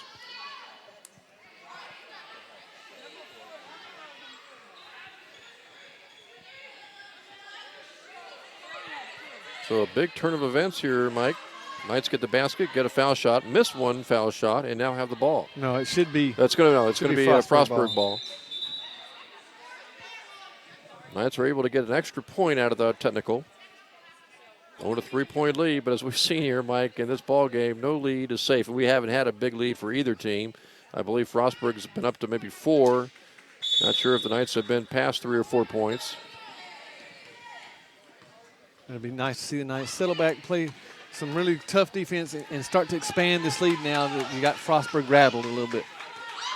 And we'll see what Frostburg does offensively. Bria Jones has cooled off. Ronjay James has yet to heat up. James going to force the jumper and miss. Rebound, Crystal Cleveland. Big rebound there. Now it's up to the Knights to try to build upon this 3-point lead. And they've been able to hit 3-pointers so far. Here's Boren outside of the jumper. Hits! 5-point lead. That might be the biggest lead of the night so far for the Knights. A 5-point edge. And that little high post area is kind of a weak spot in the zone that the Frostburg Bobcats are playing tonight. So anybody that's in that spot for the Knights should be looking for that shot. Here's Walker down the lane. She gets a little opening. Boren with a great block. Well, Walker's kind of struggled too, along with Ronjay James. Yeah, Frostburg only down by 5 here. Knights have a great opportunity here, Micah. It's a great moment of the ball game to try to build upon this 5-point lead. Yeah, and we talked earlier how the Knights were subbing in and out, trying to keep everybody fresh, and the Bobcats can't do that. James fouled from behind by Belliston. And I guess that's one of those situations where, you know, James gets by you, you've got to let her just take that shot. You can't foul her from behind like Missy did, according to the referees. Exactly, and you don't want to put a shooter on the free throw line anyway to start their rhythm going. James has been quiet pretty much all night, some due to fouls, some due to just not being into the game, and now at the free throw line they're able to get their stroke going. Again, this is kind of a critical time for the Knights. And Belliston, that was her 4th foul as she'll check out, and Arkansas is in. 54-50 now. And James hits the second one to make it a 3-point ball game. Arkansas with it, replacing Belliston over to Hartvigsen, outside to Boren. Back over to Ann Kuroki. Plenty of time on the shot clock. It's Arkansas. To Hartvigsen, inside to Cleveland. Cleveland to Boren. Boren, jump shot, good. Good interior passing by the Knights, so they've got a 5-point lead again. Again, Crystal felt the double team coming, knew that soft spot was at the free throw line. James can't hit the 3, and it's an air ball out of bounds, Mike. She really is struggling from the field. And again, we talked about, you know, maybe sitting on the bench could have been an advantage because she could have kept her physical conditioning up for the second half, but sometimes it goes the other way too, and you just start forcing things because you've missed that much time in the game. And for Frostburg right now, down by 5, Jones has kind of cooled off. James has never really heated up, as has Walker. So if you're the head coach for the Bobcats, Kerry Saunders, where do you get your offense here with 9:31 to go? You know, this is something that they're going to have to really sit there and think about. You had Jones, who has been their offense but is not usually their offense. Walker and James really aren't contributing. You know, this is a good thing for the Knights to have them struggling and looking at where do we go. The Knights, on the other hand, have seemed to have settled in to finding that little soft spot in the zone at the free throw line, and they've hit 3 shots from there in the last 4 or 5 possessions. Field goal wise, they've hit 60% in the second half. 7 of 15 now for the game from 3-point range. A slight rebounding edge of 33-31. And the Knights have 21 turnovers for the ball game, 19 turnovers for Frostburg. Yeah, and if the Knights continue on this way and win the game, still that 21 turnovers is way too high for a game like this. They really need to buckle down because, like you said, traveling to Wesley, we know what Wesley did last time. They got in onto some runs. Christopher Newport coming here, they love to force turnovers. Then Salisbury. And then going to Salisbury is always tough to play at their place. 5-point ball game for the Knights. On top here, trying to get another victory this season. Haven't had too many of them. Trying to pick up win number 4 in the season. Second win of the Capital Conference if they can hold on. You know, Crystal Cleveland's had 10 rebounds, Mike, in the game so far, but 1 of 6 from the floor and 1 of 6 from the foul line. But her attacking the rim has gotten them closer to the 1-and-1 than they were in the first half at this juncture. Jones with a steal, layup no good. Kuroki with a rebound. Big miss there by Frostburg on the steal and the layup attempt. Now Kuroki works it into the right side. With James on her, and Kuroki steps on the sideline out of bounds.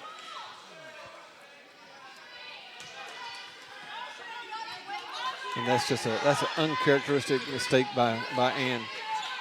She usually knows right where she is on that floor. 5-point ball game. See if Frostburg hits here. Walker driving to the basket. Another block by Boren. That ball goes out of bounds. Melinda Boren with another block.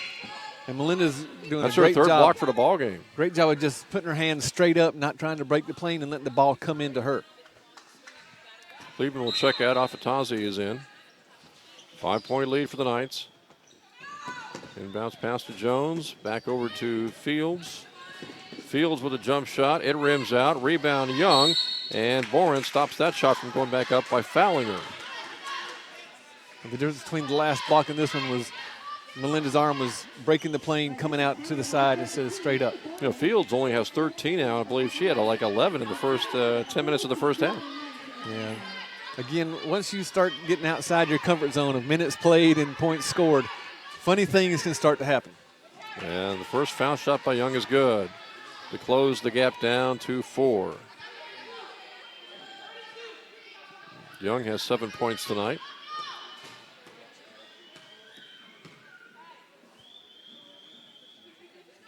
Young's second foul shot, no good. Boren with the rebound, almost stripped. Ball goes out of bounds.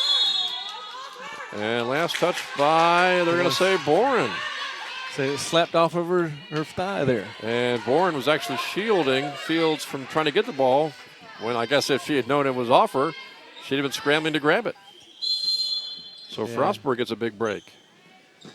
Trailing here by 4. Jones off to James.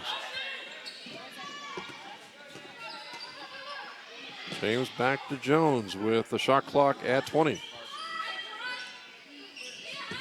Man-to-man by the Knights. Jones right around Arkansas, over to Walker, back to Jones. Jones trying to find a little opening. Wild shot, no good. Young grabs the rebound. Didn't hit anything, so the shot clock's down to 5. Ball's into the backcourt. James going to have to fire and wings it up and misses. Rebound tipped out and retrieved by Walker. And the ball goes in the backcourt, but it was already touched by Kuroki, I thought. They're going to say over and back. Yeah, and hit it, and then it went off of James.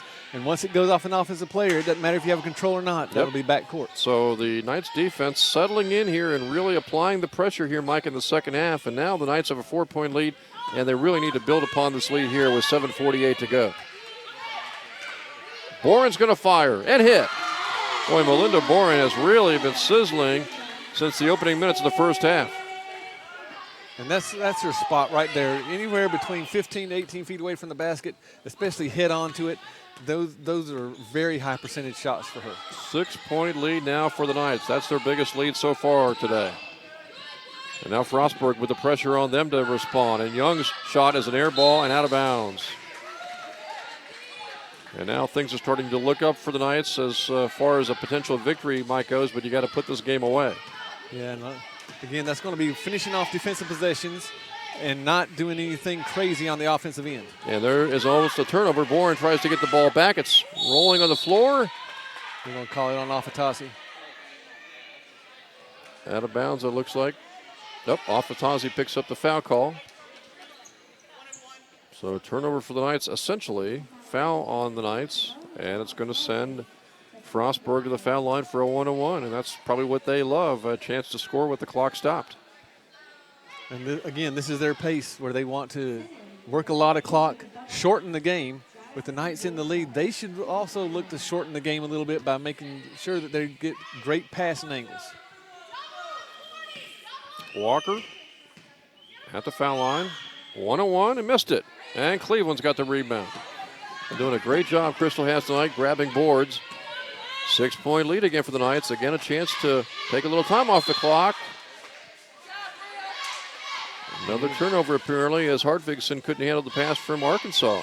You know, and again, Arkansas, a freshman, hasn't played tremendously a lot, I almost would like to see Ann Kuroki go back to the point because she can handle the ball, knows the offense, and has that senior leadership and recognition. And Mike, with Belliston with 4 fouls, when do you bring her back in as a Boren gets the steal there? And Melinda looks like she wants to go for the layup attempt and lays up a wild shot, no good. Arkansas with the rebound, too strong on the rebound. Cleveland can't hit. Battle for the boards, pulled out of the air by Jones, and she is off to the races. Bria Jones for a layup, and she is able to hit. As long as you have the lead, you can leave Belliston out. You get down below 5 minutes, I'd look for Coach Roberts to bring her back in. 58-54. Knights had a great chance of leading by 8. Now the lead's down to 4. Arkansas left side to Hartvigsen. Shot clock at 12. Arkansas almost lost it, and it's on the floor, picked away by James. Stole it away from Arkansas. James all the way. Layup is good. Now the lead is down to 2. Well, Mike, the lead was 6, and the Knights had the ball, and we were talking about it looks good, and now suddenly it's a 2-point ball game. And a timeout is taken by Heather Roberts as Conger is going to check into the game for the Knights. And it looked to me like they just got out hustled for the last minute or so. They did a lot of dribbling, trying to make entry passes instead of making a good, hard, sharp move to get the entry pass in. Once you start dribbling the ball, Frostburg again, very quick hands, very quick bodies, and they'll go get the ball. And we were talking about Belliston, 4 fouls. You'd like to have her in there, but can't risk that 5th foul. At one point, do you stick her in, say, just play, and we'll hope you don't pick up number 5. Get below the 5-minute mark and look for Missy to come in. You just tell her, okay, you cannot do anything stopping someone to go into the basket, maybe even go into a zone to help protect her. Yeah, because you'd like to have her, I mean, what you really need her out there for right now is the ball handling and the offense more than the defense. Exactly. So, and we know that Frostburg's not great outside shooters. Everything they've really hit has been within 15 foot. So I would force them to become 3-point shooters by playing a zone. Knights on top here, 58-56. They led 58-52 just a few minutes ago. Conger, Kuroki, Boren, Hartvigsen, and Crystal Cleveland on the floor right now for the Knights. And live ball turnovers can lead to this really fast. Hartvigsen to Boren. Nice pass inside to Cleveland. And a foul called inside on the Bobcats. Going to send Crystal to the foul line where she is 1 of 6 tonight. And this is a 1-on-1. See if Crystal can hit the first one to get the second one.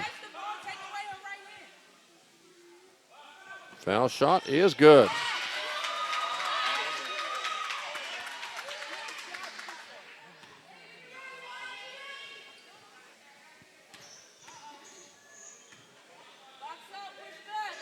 Crystal trying to make it a 4-point ball game, and she does. So now Crystal 3 of 8 from the foul line. Those are 2 big ones, Mike. They are. And sometimes it's not how many you hit, but when you hit them. And Cleveland almost got the steal, battling Jones for the ball. But Jones is able to retrieve it with the shot clock down to 15. Courtney Young's going to fire a 3 and hit. It's a 2-pointer. So it's 60-58. Frostburg hanging around, down by 2. Conger's got it. Gave up the dribble. What's she going to do with it? Throw it away. Took out of the air by Bria Jones. Jones now fouled. And let's see if the Conger will pick that one up. Yep. And that's the last thing you want to do is foul about 80 feet away from the basket, especially when you're putting them on the free throw line. And now the next foul, they'll go into the double bonus. So this is not good for the Knights. I mean, I know we're ahead, but anytime you get into that double bonus and you can score with the clock not moving, that lets the Bobcats rest. It gives them free points.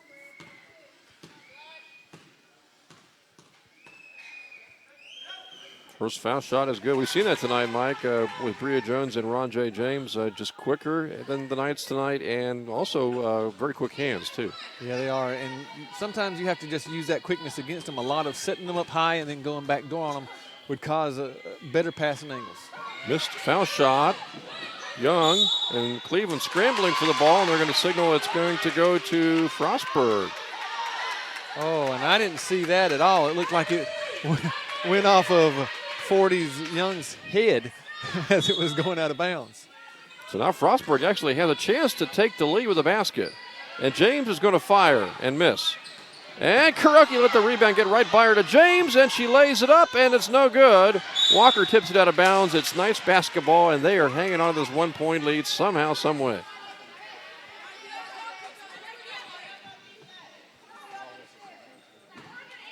Well, they really need a basket here. They need a basket. They really need to execute their offense and make sure that their spacing is correct so they don't have those type of turnovers. Kuroki trying to get it over to Hartvigsen. Jones with the steal. Jones nice pass to James, but a wild shot is no good, and Kuroki grabs the rebound.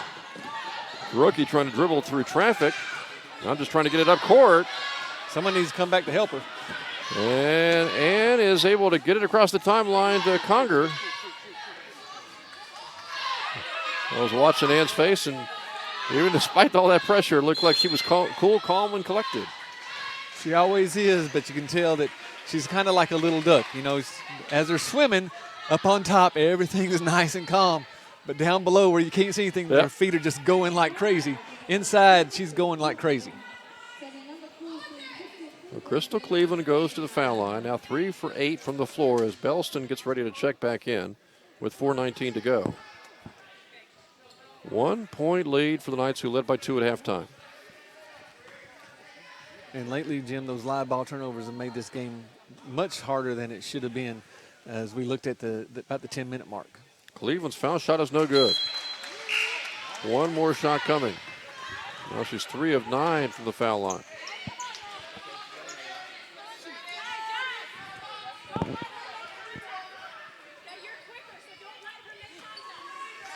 Crystal will try to make it a 2-point lead if she can hit this foul shot. And the second one is good. So 1 out of 2 at the foul line. 2-point lead for the Knights, 61-59. 4:15 to go in the ball game. And as long as the defense can finish off the possession, force a bad shot, grab the rebound, we can take 1 out of 2 from the free throw line. Fields to Jones. Inside of James. Shot no good as Belliston tried to avoid the foul and gets the rebound. Belliston ahead to Conger. Conger's got a couple of threes here. Belliston tries to drive through traffic. And she's lucky, Mike, that she picked up that foul. She's very lucky she picked up that foul. Got in no man's land a little bit. She was seeking contact. And that foul is apparently on Shaniqua Hall, who is fouled out of the ballgame. The rookie will check back in for the Knights, replacing Conger. And Coach Saunders from Frostburg doesn't have a lot of choices. Pinkrow will check in to replace Hall.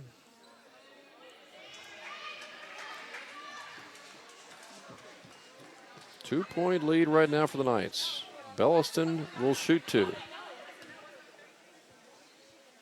And it's good. 3-point lead. You get the feeling, Mike, Knights have a great chance to wrap this game up tonight from the foul line. Yeah, as long as they get the right people to the foul line, and that should be Ann Kuroki and Missy Belliston. And she got them both to make it a 4-point lead. Now we'll see if the defense can rise to the occasion for the Knights. James against Belliston, who's got 4 fouls. Now Pinkra with the little move. Belliston almost got the steal. Walker shoots the jumper and hits a big shot. Frostburg just keeps hanging around, but again, as long as the Knights can attack and get something every time down, they should be okay. Boren stops at the foul line. Back to Kuroki. She almost lost the ball. She did lose it. Jones with the steal. Turnover for the Knights. Frostburg can tie or take the lead with a 3. James, she traveled with the ball, trying to go by Belliston. She's been kind of out of sync all night long. Yeah, when she picked up those two early fouls, that just blew her whole psyche for the game. So the Knights still have a chance to build upon this 2-point lead with 3:03 to go in the ball game. Belliston to Cleveland inside. Cleveland shoots off the glass and in. Crystal gives the Knights a 4-point lead. Now we'll see how Frostburg responds, down again by 4 with 2:44 to go in the game.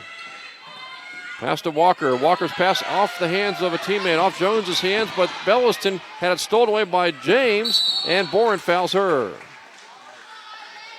Missy, I guess you thought the ball was kicked, or maybe she thought she got fouled. Yeah, but we've learned now that we can't assume anything with the referees that are here. And again, yeah, because it looked like for me that Missy stopped playing for about a half second. Yeah. Again, you can't assume anything. You have to play through until the whistle. But the Knights really don't need to hurry things up right now. Now would be the great time to start letting the air out of the ball a little bit, making Frostburg come to you. Rondre James hitting the first foul shot to narrow the gap to 3.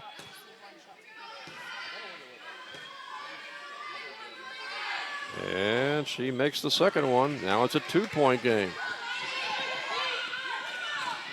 Backcourt pressure. Belliston brings it up against Fields. Kuroki left side. Back to Belliston. Knights really need a hoop here.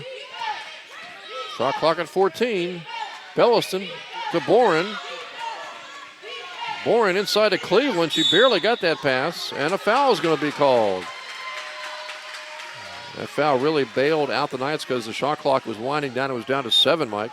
Yeah, and when the Knights are good on offense, we can see the ball moving from one side of the floor to the other. When they start to get stagnant and keep the ball on one side, that's when problems start to happen. And again, you're looking for bailouts on the fouls. And now Crystal Cleveland to the foul line. I believe she's 4 of 10 tonight. 2 shots here. And she got the first one to go.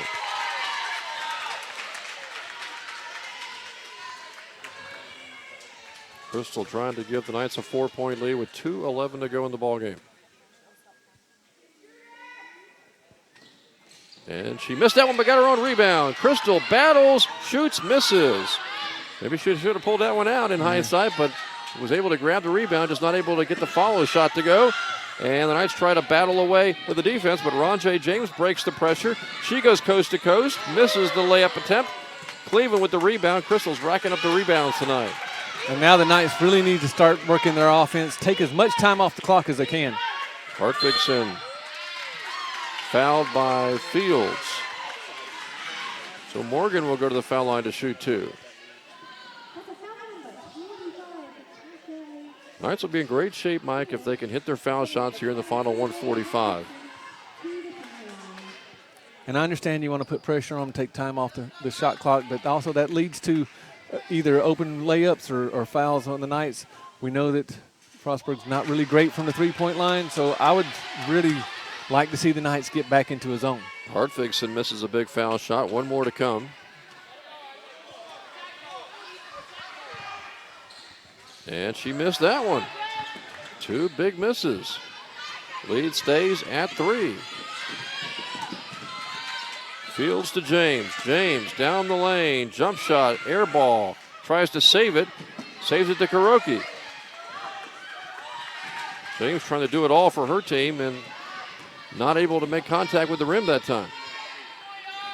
Boren had it locked out of bounds by James, and James is going to pick up the foul call. And in this last minute 21, the Knights can really put it out of reach if they can hit their free throws. And James, that's her 4th foul. She's got one more before she's out of the ball game. Probably a game she'd like to forget. Yeah. Boren's foul shot is no good. Another miss for the Knights. And a timeout taken by Frostburg with 1:21 to go. 66-63, Mike. A 3-point lead for the Knights. A lot of foul shots missed here in the second half. They were doing very well from the foul line in the first half. Yeah, and again, now we're getting into situations that the Knights haven't been in for a long time. A close game, foul shots can seal it for you. Those emotions sometimes can start to sway you and get you out of your mechanics. They were 9 of 10 from the foul line in the first half. Haven't seen the latest numbers, but obviously they've got a lot of misses from the foul line here in the second half. Yeah, they're up into almost double digits for misses, and when you start looking at those free shots that you know should have gone down, and then you look at the score, the Knights should really be way ahead right now. Yeah, I mean 90% at halftime, and it's probably down around 50, 55, 60% here total now for the ball game after the second half. And you make some of those foul shots, and a three-point lead is probably up to 10. Yeah, and you're not really worried too much, and you can really let the air out of the ball both on the offensive end and not worry too much on the defensive end except for boxing out and grabbing the rebound. So the Knights are right now in a situation where they just have to look for a good shot. And if I was Frostburg, you know, I know they don't have a lot of players and they don't have a lot of fouls to give, but right now I'd foul anybody out there but Missy Belliston. Yeah. Especially right now, Crystal would be the ideal candidate to foul, put her to the free throw line, and try to trade points. Let's see how Melinda Boren does from the foul line here with 1:21 to go. 2 shots, of course. And she got the first one, and it hits it to make it 67-63 after the timeout, after the first foul shot was made. So it's a 4-point lead for the Knights. Jones breaks the pressure, goes all the way, left her shot short, but Walker couldn't get the rebound, follow to go. Rebound Crystal Cleveland. She's got to be up around 15 or 16 rebounds for the contest now. Yeah, and the Knights are in great shape. She's been a glass cleaner. 4-point lead, but there's a steal by Bria Jones, and she is off to the races for a layup, and Belliston can't foul her, and she missed the layup attempt. And the stick back by James is missed. Boy, 2 big misses by Frostburg. And fouled Crystal on the defensive rebound. Both the James and Jones had shots from inside of a foot or two, Mike, and just could not connect. You know, and it's just been that kind of night for Walker and James, and you know, no one feels sorry for anybody in the Capital Athletic Conference. If you have an off night, no one really cares. It's almost like a dog-eat-dog world, and so we'll take it anytime someone has off nights. Cleveland's foul shot is up and good. Big make there. 5-point lead foul for the Knights with 46 seconds to go.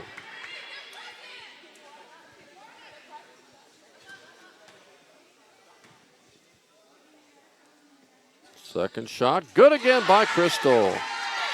6-point lead for the Knights, who are looking for win number 4 on the season and their second Capital Conference victory. Fields over to Jones. Inside to Walker on the baseline. Back out front. Just 29 seconds to go in the game. James with the 3, missed it. And the Knights got the rebound, and that might do it.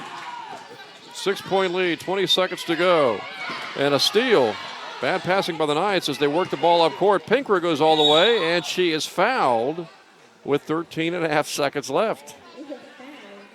Knights had a chance there to salt the ball away and pretty much run the clock out unless they were fouled, obviously, Mike. And now suddenly a 6-point lead, somewhat in question. Still they're in the driver's seat with 13 and a half seconds to go.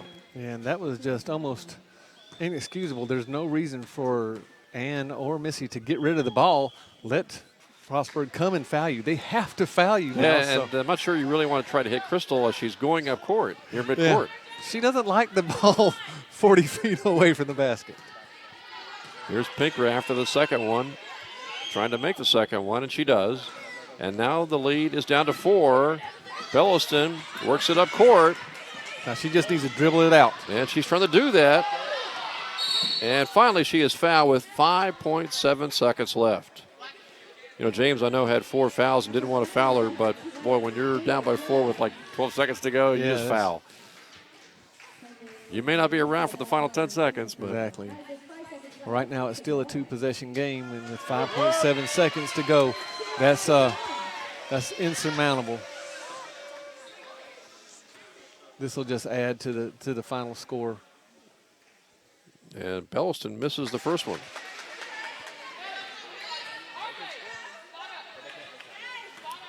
Right now, the Knights just need to get away from everybody. Don't foul, especially a 3-point shooter. And there you go, 5-point ball game. This will be the Knights' first home Capital Conference victory, Mike, this season. And the shot is no good, and the Knights have beaten Frostburg 70-65 for their first home victory this season in the Capital Conference. You know, and a great win for the Knights. I know it was a little bit harder than what they wanted it to be. Frostburg fought all night long, especially with their 2 best players not having typical games. But there's a lot of things that the Knights did well tonight, and hopefully they can build on that going into Wesley on Saturday. And with the victory, the Knights improved to 2-7 in the Capital Conference and now 4-11 overall in the season. And Frostburg 0-9 of the conference now, Mike, and 1-13 of the season as they didn't have a whole lot of numbers to work with coming in, just 8 players, and then their best player, arguably their best player, Roger James, just kind of struggled tonight for Frostburg. Yeah, and, Coach Saunders did a great job of trying to keep them together, shorten the game, obviously, throughout the game. Just came up a little bit short. The Knights did just enough to win the game. Free throw shooting has got to be a concern over they the hit next couple enough games. from the foul line, just enough, I guess, down the stretch to hang on to the victory, but left a lot of points from the foul line off the board in the final few minutes. Yeah, and with a team like Frostburg who's really hungry for a win, you don't want to give them any hope. And, 5.7 seconds to go and you're down by only 4. That's just a little bit too close. So how does this win, how much of a springboard, a positive springboard, are they going to be for the Knights when they travel to Wesley coming up on Saturday? Well, like I said, they did a lot of great things, and I think Coach Roberts is really going to concentrate on those things they did well and try to improve them. Now we're in the second time around for the conference. They know what Wesley does. Right. They know how they play. We know that they gave up a lot of easy layups in the first game against Wesley, and that really caused the win for Wesley, a 1-point win for Wesley. And so hopefully the travel won't be too bad for them. They've changed a lot since that first game. Still, though, turnovers that are unnecessary and not being able to finish the game on the free throw line may be a little bit of concern. Crystal did a wonderful job rebounding tonight. She needs some help, though, especially against Wesley, because they send 4 or 5 right to the basket. And we mentioned that, Crystal hadn't made a whole lot of appearances at the foul line, at least in the home games we've seen, and obviously that was not the case tonight. And she was able to battle and hit some of the foul shots, missed a few, got a few. Yes, and the majority of them that she missed was early in the second half. Right. When it got down to it, the last 5 minutes, I think she was 3 of 5. Not a bad percentage. I know she'd like to be 5 for 5 because she's that type of perfectionist. But, again, not being at the free throw line a lot, especially in close games, that's a different type of emotion, and you got that adrenaline rushing through you. Great learning experience for the Knights, and hopefully that really, like you said, springboards them on Saturday. And we haven't seen the final numbers, but some of the positives you can really look forward to in that second half. The three-point shooting, Larissa Conger hit a couple of threes. The Knights, I think, had 7 for the ball game, and then Melinda Bourne had a big second half. Yeah, Melinda found the soft spot in the zone, and her teammates did a great job of finding her there. And then the three-point shooting was really what got them going. About, I think, 3 minutes into the second half, they were down, and all of a sudden, 3 3-pointers in a row just really ignited the Knights, got them to the lead, and then they were able to do it, like you said, enough just to hang on to it. So, again, the Knights now improved to 4-11 on the season. They are now 2-7 in the Capital Conference as the women's team able to capture game number 1 of this doubleheader, beating Frostburg 70-65. Don't forget the men's contest is coming up next, and we're still a few minutes away. We'll take a break here in just a few seconds, Mike, but your thoughts really quick on the men's contest coming up here in game number 2. Well, like you said, Coach Caputo's really trying to look for that combination that's really going to gel together. I think they've been finding it or getting closer to it. One of the big keys, Michael Nithfield is going to have to stay out of foul trouble. Last time we watched him, 2 quick fouls on the inside, and he had to sit out the rest of the first half. So Michael staying out of foul trouble, and then Ben Canaveri starting to get back into shape. Don't know where the three-point shooting is going to come from. Last time we were at home, Cody Hoosier had it. We were talking about Cody last time, and let's see if he's done enough in practices to warrant more playing time, or maybe even running some more screens for him to get those threes off. Okay, so stay tuned. Stay with us for the second contest, the men's contest. It'll feature a 7-8 Frostburg team taking on a Southern Virginia Knights team that is 2-12 on the season. We'll take a little break. Again, your final score in game number 1 in the women's contest. It was Southern Virginia knocking off the Frostburg Bobcats final again, 70-65, as the Southern Virginia University Knights now improve to 4-11 on the season. And again, they pick up their second Capital victory, and again, Mike, their first home Capital victory. And again, everything's brand new. Great emotions for them. Carry this on throughout the next game, and then let's see if we can get Christopher Newport on a down night here. Yeah. Hey, by the way, how much does this help Heather Roberts, too? I know she's been looking to get over the hump, pick up that first Capital win at home. Oh, she'll breathe a sigh of relief, but she also understands that, now we're starting the second part of the season, and there's some games that they left out there that I'm sure that she thinks they should have won, so she'll be concentrating on that.